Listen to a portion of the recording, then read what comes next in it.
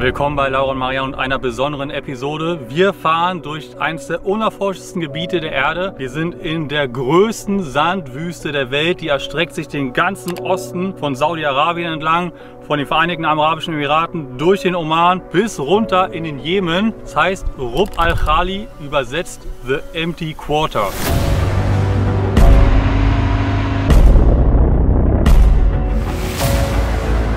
Unser Ziel ist die Grenze zum Oman. Das bedeutet, wir müssen hier 600 Kilometer durch leere Landschaft, wo es einfach überhaupt nichts gibt. Alles besteht aus Wüste. Das Einzige, was es gibt, ist ein künstlich errichtetes Dorf von der Ölfirma Aramco.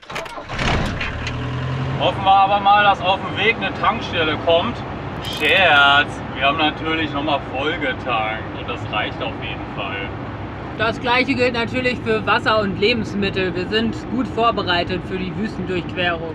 Die Straße, die es hier gibt, die ist recht neu. Vorher wäre man durch die Emirate gefahren, um in den Oman zu kommen. Wahrscheinlich haben sie die gebaut wegen den Ölförderungen, die da sind.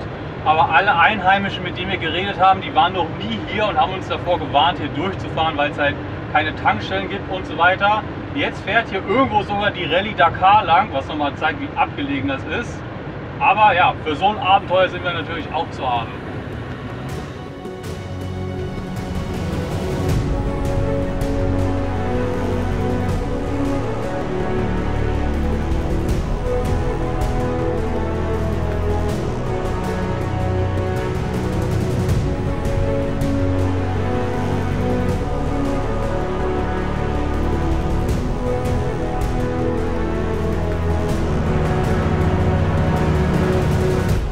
Okay, Schlafplatz gefunden für die Nacht, gar nicht weit von der Straße. Mal gucken, ob wir morgen hier aber wieder wegkommen. Wir sind ein bisschen zu tief im Sand gefahren, aber das sehen wir morgen. Und ich wollte auch noch mal sagen, jetzt ist ja noch so, wie beschreibt man denn die Landschaft?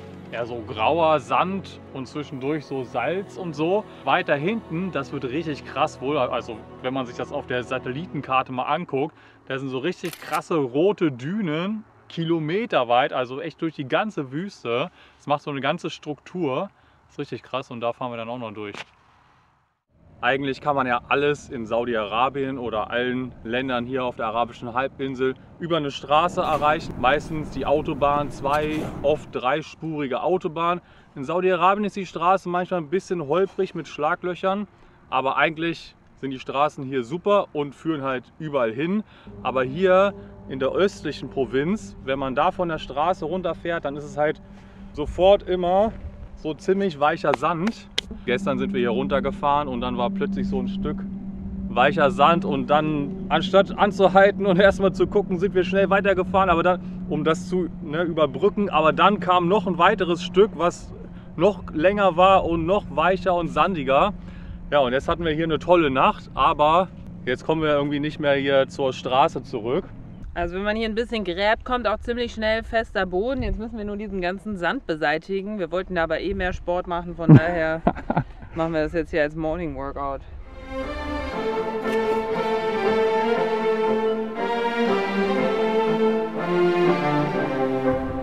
Ja, ich habe dann doch schnell nach Hilfe gefragt, weil also das ist so ein bisschen aussichtslos, sah das aus, oder hätte Stunden gedauert. Und jetzt sind hier direkt welche, die uns helfen wollten. Die waren aber erstmal so an der Straße, so was will diese weiße Frau hier alleine? Sind erst weitergefahren und dann sind sie nochmal umgedreht. Yay. Okay, let's go. Das schaffen wir. Die haben übrigens gesagt, sie fahren vor und machen irgendwie so eine Spur und dann sollen wir so schnell wie wir können nah hinter denen mit hochfahren und dann schaffen wir es irgendwie auch. Okay, jetzt geht's los. Weiter, weiter, weiter. Weiter. Fast, los. Okay, das erste Stück geschafft. Jetzt noch die letzten 2 Meter, wo wir stecken geblieben sind.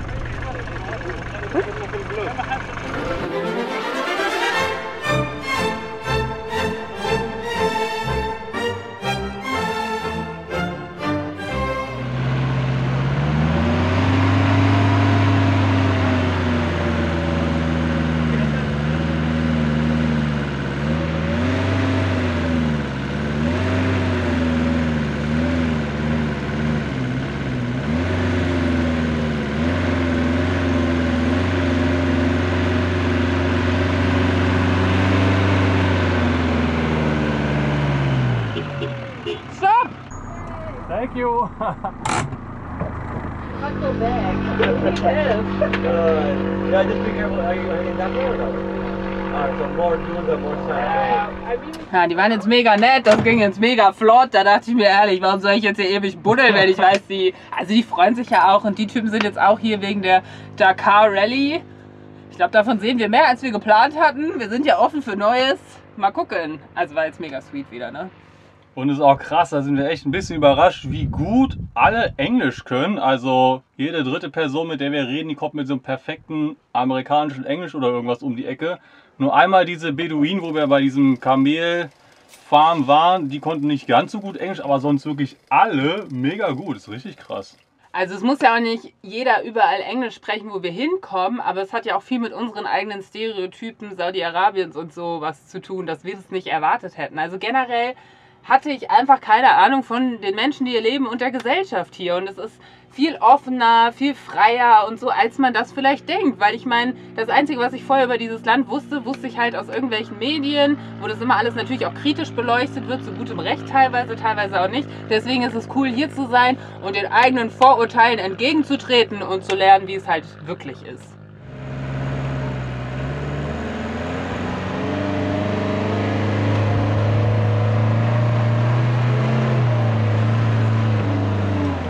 Oh, das war knapp, ey.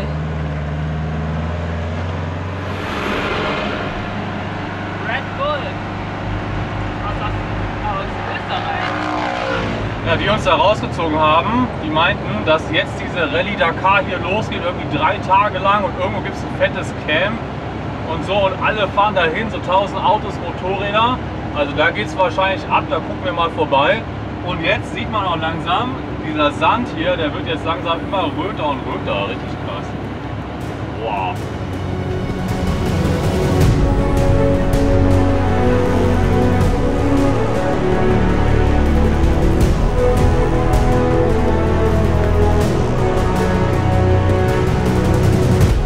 So, kurzes Stopp und jetzt geht es gleich weiter. Wir fragen uns aber auch diese ganzen Rallye-Autos, diese Support-Autos.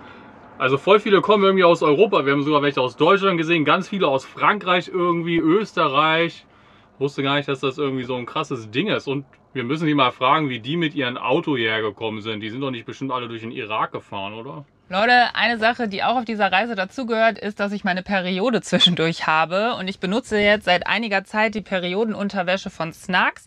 Das ist ein europäisches Unternehmen, was ethisch herstellt. Und Periodenunterwäsche ist einfach die Alternative zu herkömmlichen Periodenprodukten wie Binden und Tampons. Das ist einfach ein totaler Gamechanger. Ich dann auch einfach diesen Binden und Tampon nicht mehr als Abfall habe. Also es ist halt auch irgendwie total nachhaltig. Und ich finde es einfach mega praktisch und cool, weil ich mir dann auf dieser Reise keine Sorgen machen muss, ob ich zwischendurch einen Kiosk oder irgendwas finde, wo es halt Tampons oder Binden gibt, sondern ich habe die einfach immer dabei und es ist egal, wo wir sind. Ich weiß, dass ich, wenn ich meine Periode kriege, versorgt bin. Das Ganze stinkt nicht, fühlt sich einfach wie ein normaler Schlüppi an, ist mega einfach wieder rauszuwaschen. Also ich wasche das dann immer erst mit kaltem Wasser und dann mit heißem und bin dann erstmal gut damit versorgt und kann meine Periode damit super durchstehen. Solltet ihr auch Interesse an Periodenunterwäsche von Snuggs haben, kann ich euch das nur empfehlen. Unten in der Infobox gibt es dazu einen Link.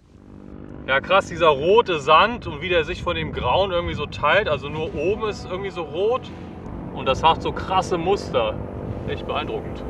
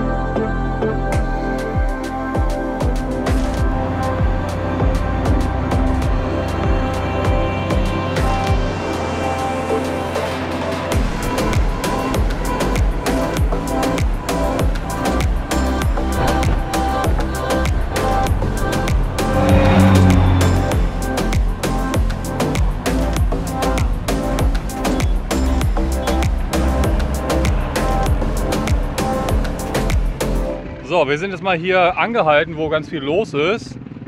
Gucken mal, was hier eigentlich passiert und fragen, wo heute Abend die Party ist und wo dieses Camp ist. Wir wurden noch gefragt, ob wir Lust haben, zu diesem Rennen zu fahren oder ob wir da hinfahren. Und wir haben gesagt, nee, auf keinen Fall, ist nicht so unser Ding. Und schwuppdiwupp sind wir aus Versehen drin.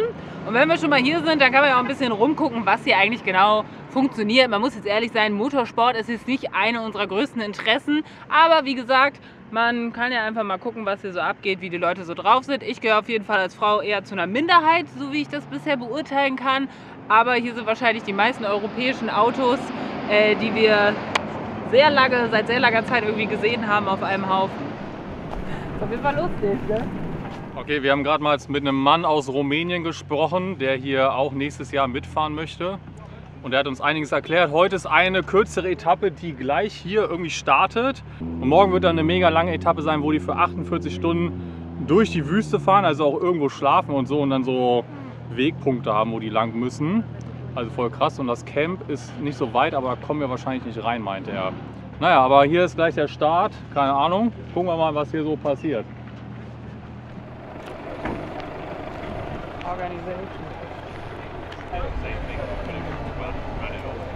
Ja, und hier sind jetzt mal 2 von diesen krassen Autos. Aber mehr können wir da leider auch nicht zu sagen, weil wir keine Ahnung haben. Was machen wir hier? Jetzt kannst du ein Foto mit dem Fahrer machen. Nein, danke.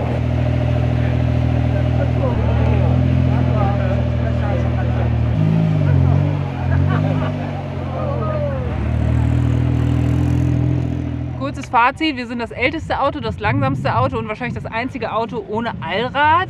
Wobei hier sind auch so Wohnmobile, die können ja auch nicht in die Dünen fahren, oder? Wahrscheinlich eher nicht. Aber es ist richtig lustig. Wir haben jetzt auch so gesehen, dass wirklich viele Autos mit Saudi-Kennzeichen Mietautos sind und dann halt Touris und Fans aus europäischen oder anderen Ländern sich diese Autos gemietet haben. Also ich finde ja die Umgebung, diese krassen Dünen und so auch viel spannender und cooler als jetzt hier dieses Rennen und so. Ja, und eine Klasse für Wohnmobile scheint es auch zu geben.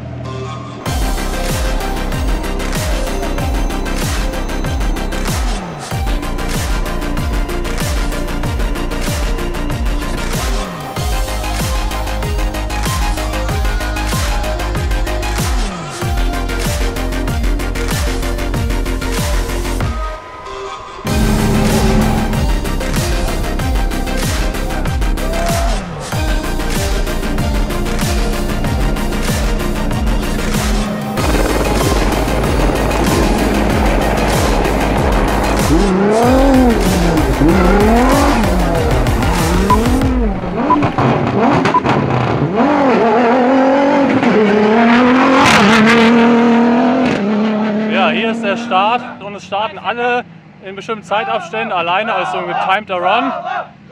Und ich muss sagen, es ist sehr laut, wenn die losfahren.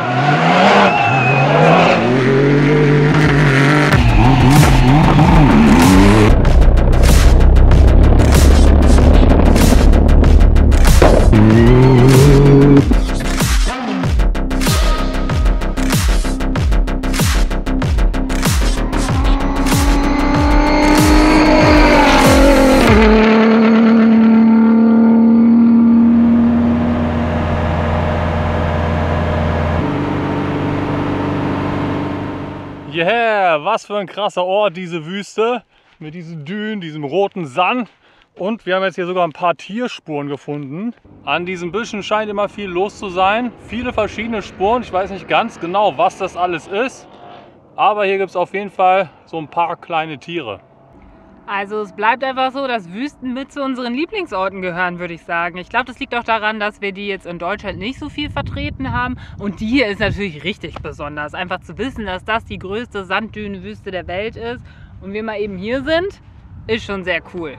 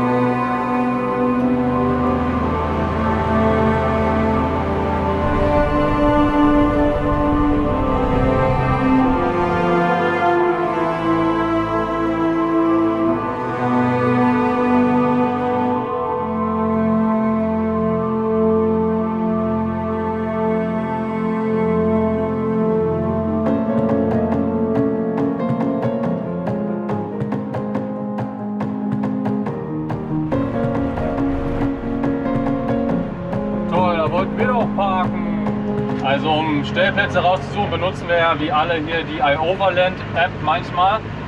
Und hier gibt es nicht so viel und den Punkt, der war angegeben, den haben wir uns auch rausgesucht. Aber ich habe mir schon gedacht, dass dann hier auch dieses Camp ist. Und jetzt gucken wir mal, also da können wir wahrscheinlich nicht reinfahren, wollen wir auch gar nicht, vielleicht ein bisschen viel los und so. Aber vielleicht mal durchlaufen oder irgendwo anders campen, weil jetzt sind wir auch schon echt den ganzen Tag gefahren. Die Polizei sichert natürlich auch so ein bisschen dieses Event. Und ich muss erstmal wieder lernen, dass wir nicht befürchten müssen, jetzt weggeschickt zu werden, wenn die Polizei zu sehen ist. Weil Camping ist hier halt einfach normal. Ich glaube, es ist sehr unwahrscheinlich, dass die Polizei zu uns kommt und sagt, nee, ihr dürft hier nicht übernachten. Und das muss ich erstmal wieder realisieren, weil jetzt bin ich so sehr daran gewöhnt, dass Polizei immer heißt, oh, eine Diskussion, man muss erklären, was man macht und so. Und ich muss schon sagen, das ist hier in Saudi-Arabien einfach anders und echt ein großer Pluspunkt, was halt die Art des Reisens, wie wir das machen, mit dem Van angeht. Ja, weil Wildcampen ist echt das Normalste der Welt hier. Man sieht immer super viele Wohnmobile und so Offroader. Es gibt viele Camping-Shops und es ist ja auch noch diese Beduinenkultur sehr verbreitet, sich einfach mit einem Zelt in die Wüste oder irgendwo hinzustellen und dann da zu pennen und so. Das ist halt einfach normal. Da wundert sich nicht niemand, was man da macht. Ja, und wie man hier sieht, sind dort diese Ölpipelines vergraben, die ganze Zeit so der Straße entlang folgen, von dort, wo da hinten nach Öl gebohrt wird, bis in die Zivilisation, wo man das dann raffinerieren kann. Ich glaube halt wirklich, eigentlich ist in dieser Wüste nichts los, außer Ölgewerbe und ein paar Leute, die das wie wir natürlich durchqueren und natürlich auch ein paar diese Overlanding-Touren durch die Wüste machen. Aber heute, beziehungsweise im Moment, geht es ja halt richtig rund. Hier ist so viel Verkehr und so viel los wegen halt dieser Rallye. Und hier sind Kamelspuren. Nach diesem unvorhergesehenen Tag gibt es jetzt einen kleinen Sundowner, nennt man das ja, ne? Wenn man zum Sonnenuntergang ein Kaltgetränk zu sich nimmt. Für uns in dem Fall alkoholfrei natürlich, weil in Saudi-Arabien ist kein Alkohol erlaubt. Und das ist noch aus dem Iran. Ja, stimmt, das ist sogar noch aus dem Iran und das ist so Traubenlimo. Also mit viel Fantasie ist es wie sprudeliger Wein. Wer trinkt das denn? Niemand. Cheers. Cheers.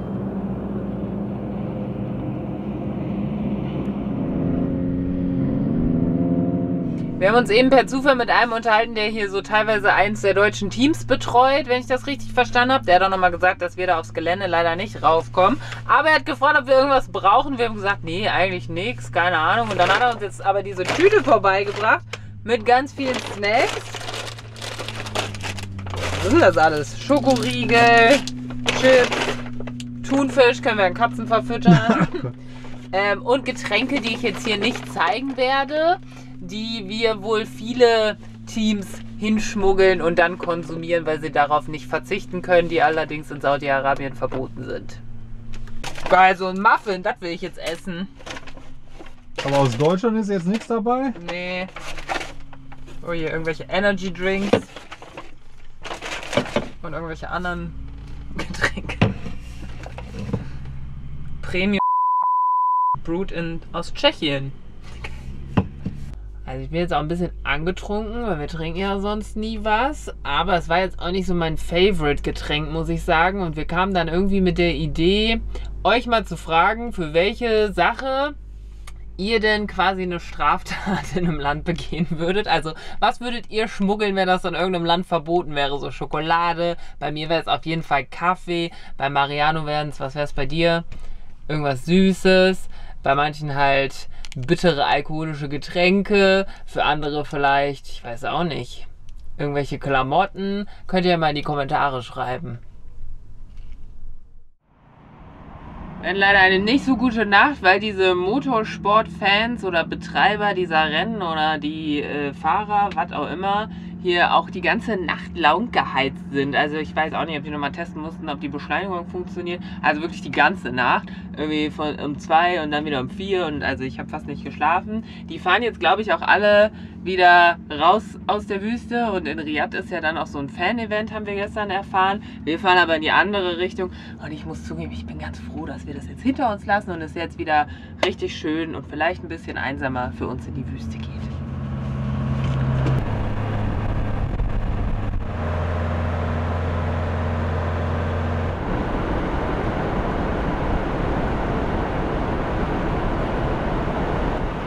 Ja, für die Einheimischen, die besorgt waren, dass wir hier durchfahren.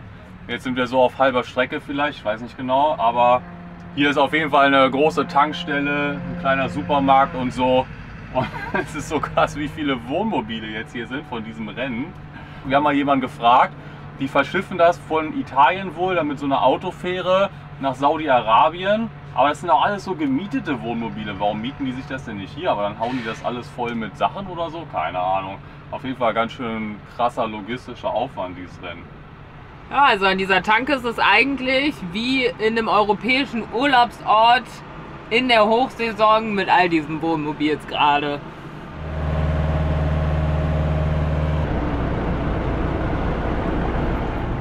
Wir sind ja jetzt nicht mehr im Iran, deswegen können wir euch jetzt diese Infrastruktur und Ölzeug-Sachen zeigen.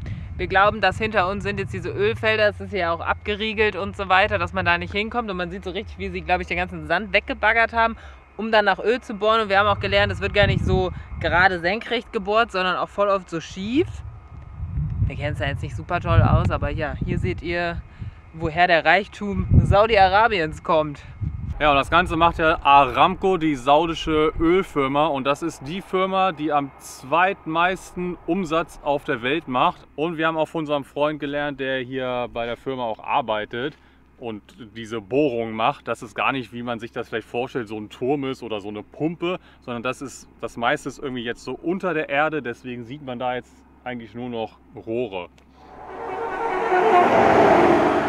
Ja, und Aramco ist auch Hauptsponsor von der Dakar Rallye. Und ja, das hängt ja auch alles so ein bisschen zusammen, ne?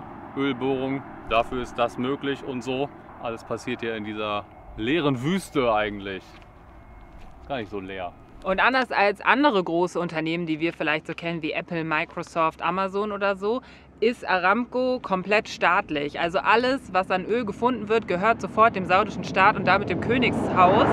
Und ist natürlich alles sehr miteinander verflechtet, ne? Also Königshaus, Regierung, Wohlstand der Bevölkerung, Öl, das gehört alles irgendwie komplex miteinander zusammen. Also selbst wenn ein Saudi aus seinem Land Öl findet, gehört das sofort dem Staat und der Regierung.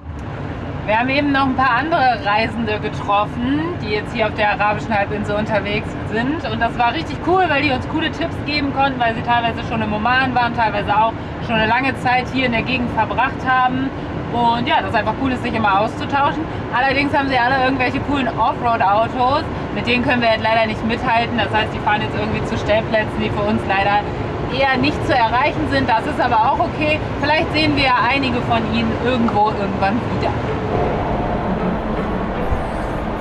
Got me feeling so free, free,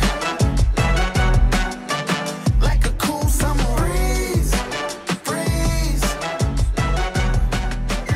Der heikle Moment des Tages ist gekommen. Wir machen jetzt die Anfahrt zum Stellplatz.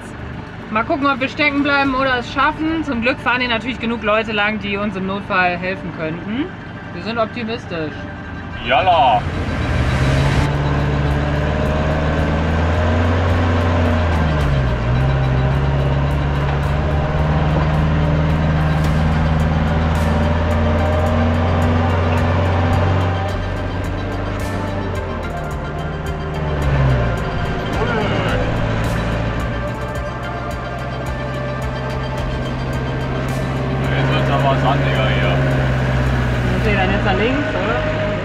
Okay, wir haben es hier auf so einem Plateau hochgeschafft. Schon ein bisschen sandig, aber zwischendurch eigentlich ging es. Und wenn wir ein bisschen die Luft noch ablassen würden, dann wäre es wahrscheinlich noch einfacher. Aber ich glaube, wir fahren jetzt nicht noch weiter. Nee. Wir können ja mal da lang laufen, aber ja, schon hier so mitten in den Dünen hier. Sogar weg von der Straße, also man hört die jetzt gar nicht mehr. Zwischen den Dünen, alles was wir wollen und brauchen. Ist doch gut, oder? Ja, gut. Hier passen auch noch Autos dran vorbei. Ja. Wenn Zwischendurch ist echt so ein bisschen sandig, aber also ist nicht so super weich. Das ist immer was Festes. ja, schon so platt gefahren, ne? Ja. Ja, ist schon krass, wo wir hier ohne 4x4 mit unserem 40 Jahre alten Krankenwagen rumreisen. Das darf man auch manchmal nicht vergessen. So, unser Auto ist natürlich jetzt nicht so equipped wie irgendwelche krassen Offroad-Fahrzeuge. Aber am Ende kommt man dann doch weiter als man denkt und schöne Orte gibt es halt auch hier so nicht so schwer zugänglich und das wissen wir sehr zu schätzen. Juhu. Guck mal, wie riesig diese Düne ist! Wow! Oh Gott!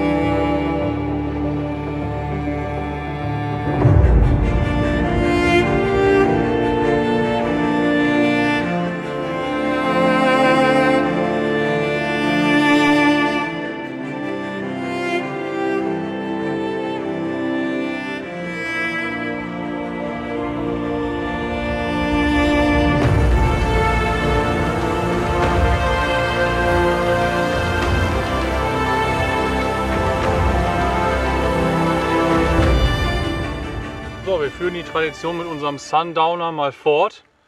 Hier in dieser ruhigen Dünenlandschaft. Das ist richtig cool. Besser als der Stellplatz gestern. Ist ein krasser Kontrast und Ja. es ist auch lustig zu wissen, dass nicht so viele Kilometer von hier voll Rambazamba ist, ne? Naja, und gar nicht mehr so weit, vielleicht 10 Kilometer in die Richtung oder 15, da sind schon die Vereinigten Arabischen Emirate. Also wenn wir hier weiterfahren, dann kommen wir da irgendwie zufällig über die Grenze. Wenn wir plötzlich Offroad fahren können. Ja. Also auf jeden Fall ein krass spannender Ort, wenn man sich auch so vorstellt, wenn man mal mit der Drohne fliegt, ne, wenn man so hoch fliegt und sieht, wie weit das ist und so, das ist wieder voll schwer, finde ich, so zu begreifen.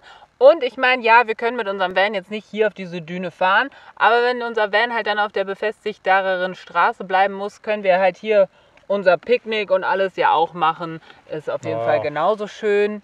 Und ja, können jetzt zu Abend essen und einfach diese Landschaft genießen. Die ist einfach so krass und wir wissen, wir haben euch schon viele Wüsten und Dünen und so gezeigt vielleicht, aber es fasziniert uns irgendwie jedes Mal aufs Neue.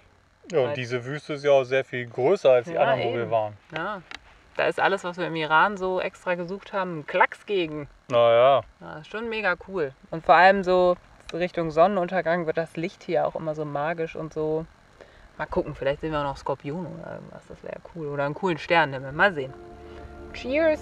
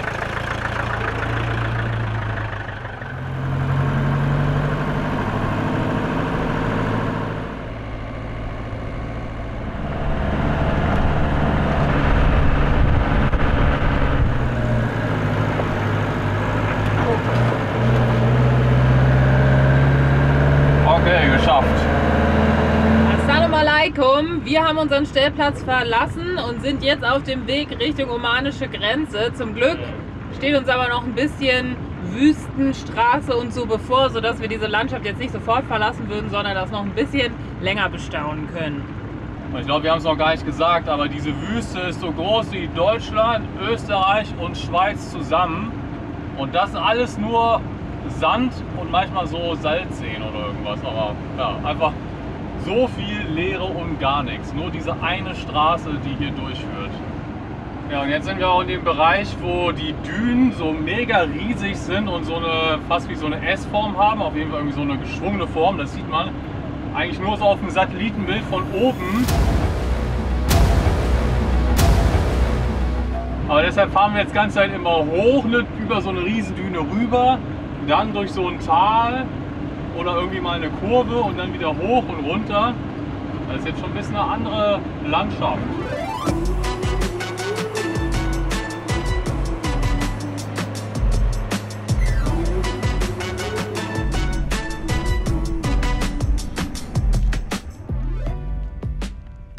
Wir machen hier einen kurzen Zwischenstopp, weil ich noch ein bisschen Wüstensand einsammeln möchte. Viele Familienmitglieder haben geäußert, dass sie Lust hätten, das zu bekommen. So Wüstensand aus der krassesten Wüste, die wir bisher bereist haben. Die natürlich auch voll krass ist, weil die so eine rötliche Farbe hat. Ich weiß nicht, ob das so ganz erlaubt ist, aber ich sag mal so, die haben ja genug Sand. Ich nehme hier niemandem was weg. Mal gucken, ob es durch alle Grenzen und so geht. Fangen wir mal an.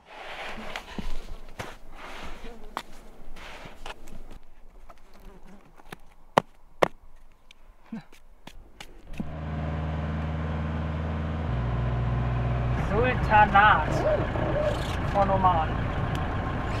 Okay, wir haben offiziell aus Saudi-Arabien ausgecheckt und sind jetzt wieder in diesem Zwischengebiet zwischen Saudi-Arabien und dem Oman und fahren jetzt Richtung Grenze.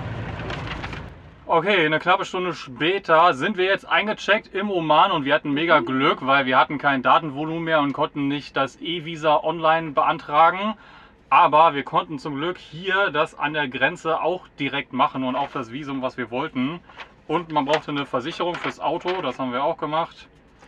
Also wir haben jetzt ein Einjahresvisum für den Oman. Das Einzige, was da so ein bisschen tricky ist, ist, dass man immer nur einen Monat am Stück hier bleiben darf und dann wieder das Land verlassen muss und dann kann man wiederkommen. Man kann das aber, soweit wir verstehen, so oft machen, wie wir wollen. Das heißt, im Notfall kommen wir jetzt zu dieser Grenze nochmal, tanken in Saudi-Arabien und kommen dann wieder hierher. Hier ist billiger. Das war für uns die schlauste Entscheidung. Wir sind jetzt gespannt, was uns im Oman erwartet. Essen noch schnell ein paar Nudeln. Und dann, wir da so treffen, genau, das auch. Wie viele Schildkröten wir sehen, wie die Strände und was für Strände generell. Und Berge. Generell die Kultur ist auch noch mal ein bisschen anders als in Saudi und so. Also wir freuen uns. Ja, danke, dass ihr dabei wart auf unserem Trip durch die Wüste hier. Und dann sehen wir uns nächste Woche im Oman wieder. Genau, Assalamu alaikum. Ciao.